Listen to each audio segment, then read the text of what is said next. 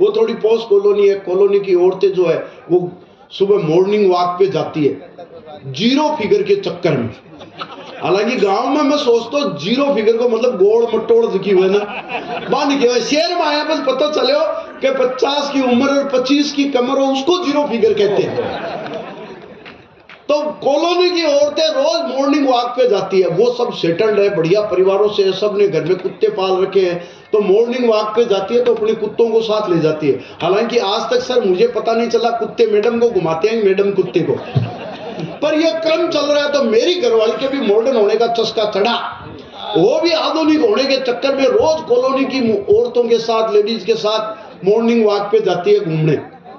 बाकी सबके घर में तो कुत्ता है, वो कुत्ते को साथ ले जाती है औरतें, हमारे घर में कुत्ता नहीं, मैडम मुझे रोज मुझे ले जाती है।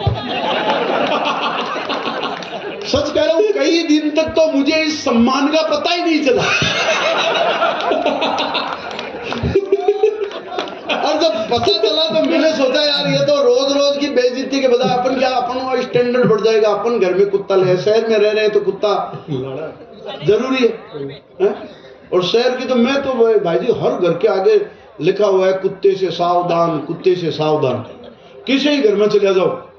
हालांकि कई घर तो यहाँ का झका के घर में कुत्तो है भी को नहीं, वीर आगे भी लिखे हुए कुत्ते से सावधान। मैंने कहा ये क्यों लिखवाया? बोले कोई पड़ोसी सामने वाला लिखवा गया कुत्ते से सावधान। तो रोज मॉर्निंग वॉक पे मैडम जाती, हमारे घर में कुत्ता नहीं था, वो रोज मुझे ले जाती। तो मैंने सोचा रोज रोज की बेइज्जती के बजाय अपन भी कुत्ता ले आते। हमने घर में डिस्कस किया, मैंने कहा कुत्ता लाएंगे। मैंने कहा किस लिए? वो बोली घर की रखवाली के लिए। अरे मैंने कहा मेरे होते हुए? बोले नहीं कोई बढ़िया नस्ल का लाएंगे।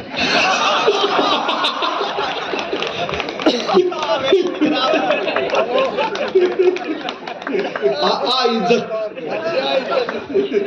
भाई जी हम वहां कुत्ता खरीदने के लिए डॉग मार्केट गए। शहर में क्या मॉल होते हैं, मॉल में अलग सेक्शन बना होता है डॉग मार्केट का, वहां तड़क भड़क डिस्काउंट ऑफर के चक्कर में घटिया से घटिया माल किसी भी रेट पर छिपा देते हैं। वो तो सेल्समैनशिप का कमाल है। तो एक मॉल में गए, मॉल में वो डॉग मार्केट में एक कुत्ता जहां रखा हुआ था, कुत्ता के आपने गली के मायने गुचरे हुए नहीं कुरकुरियो, उसी को धो पहुंच के रखा था। रेट बताई 50,000। और मैंने कहा कुरकुरिया का 50,000, गांव के मायने तो फ्री मिले, एक के सागे 5 और ले जाओ बोले। भाई गांव में ये ऑफर हमेशा ही चलता है, वो थोक में ही हुआ 5 जता ले जाओ। तो मैंने कहा यार ये तो महंगा है। मैंने घरवाली को समझाया, वो सेल्समैन मिसेज को समझा रहा था, मैंने उसको इशारों में कर दिया। मैंने कहा अपने बस का रोग नहीं है। तो सेल्समैन ने समझाया कई देर का, मैडम देखिए ये कुत्ता बहुत शानदार है, बहुत शानदार है, बहुत जानदार है, बहुत समझदार है, बहुत एक्सपर्ट है। तो मैडम ने मेरी तरफ देखते हुए कहा साहब के समझ में नहीं आ। तो सेल्समैन ने मैडम को दूसरे ढंग से समझाया, एक लाइन में आप भी समझ जाएंगे। जब मैडम ने, सेल्समैन ने मैडम को कहा ले लीजिए बढ़िया शानदार जानदार एक्सपर्ट है, तो उसने मेरी तरफ देख करके कहा साहब के समझ में नहीं आ रहा है। तो सेल्समैन ने मैडम को समझाया, बोले देखिए मैडम ये कुत्ता बहुत शानदार, बहुत जानदार, बहुत एक्सपर्ट, इसकी एक विशेषता और, ये इस नस्ल का आखिरी कुत्ता है। एक बार हाथ से निकल गया ना तो वापस नहीं आने का, पत्ती का तो क्या है।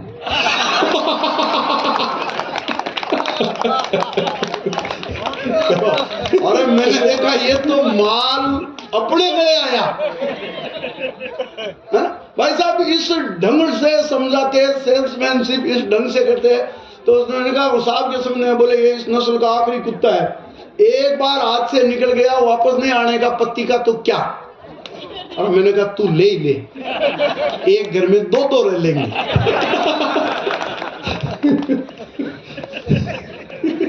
और क्या कितनी देर बोल रहा है बता दो। मैं एक मस्ती की बढ़िया आनंद की कविता आप तक पहुंचाना चाहता हूँ, आपके अगर टाइम वाइम हो जाए तो बता देना। भाई हरीश जी के साथ बहुत कवि सम्मेलन किए, एक छोटी सी रचना आप तक और पहुंचा देता हूँ। आनंद स्वागत। ये बता रहे थे बहुत बढ़िया लाग रही हो, तो एक बार प्रेम की तालियां से केसर देव जी का फूफा जी पर बहुत बात है। वो अपन ये हंसी मस्ती, ये आनंद कहते हैं सब स्टंट धरे रह जाते, हार्ट अटैक को रोक न पाते, ब्लॉक के सारे खुल जाते हंसने और हंसाने से। अरे रामदेव के सारे योगा दिन भर कर ले, क्या दिन भर कर ले कुछ नहीं होगा, पर 4 गुना ताकत मिलती है ताली 4 बजाने से। वाह वाह। तो दिखा बत्ती सी लगा ठा के धीरे से मुस्काना क्या, और फूफा जी की तरह बैठकर दिन भर मुंह फुलाना क्या। सबको ही ताकत मिलती है जी भर के मुस्काने से। तो जितने हंसेंगे हिंदू मुस्लिम सिख ईसाई, सबको सीधा करे लुगाई।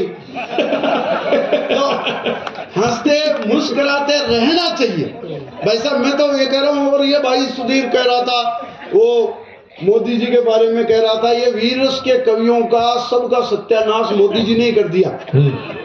सही कह रहा हूँ, सबको बेरोजगार कर दिया। पहले लोगों ने पाकिस्तान पर कविता लिखी, मोदी जी ने उसका सूपड़ा साफ कर दिया, अब नहीं चलती है। कश्मीर की धारा 370 पर कविताएं लिखी, सब बेकार हो गई, मोदी जी ने सत्यानाश कर दिया, इन वीरस के कवियों को बेरोजगार कर दिया। फिर राम मंदिर पर लिखी, अब वो भी कविताएं लगभग बेकार हो गई। और अब तो वो बाबा बागेश्वर कह रहे हैं राष्ट्र हिंदू राष्ट्र की, इन पर कविता मत लिख देना, मोदी का कोई भरोसा नहीं है। और मोदी जी को देखो ज्यादा कहना चाहिए, हालांकि मैं तो मोदी जी का विरोधी आदमी हूं, मेरे को कोई फर्क नहीं पड़ता। आप योगी जी को गाली दो, मोदी जी को गाली दो, अमित शाह को गाली दो, लेकिन मैं परम आदरणीय राहुल गांधी जी के विरुद्ध एक शब्द भी नहीं सुनना चाहता। नहीं, हंसने की बात नहीं है, वो हमारे हास्य कवियों के कुल देवता।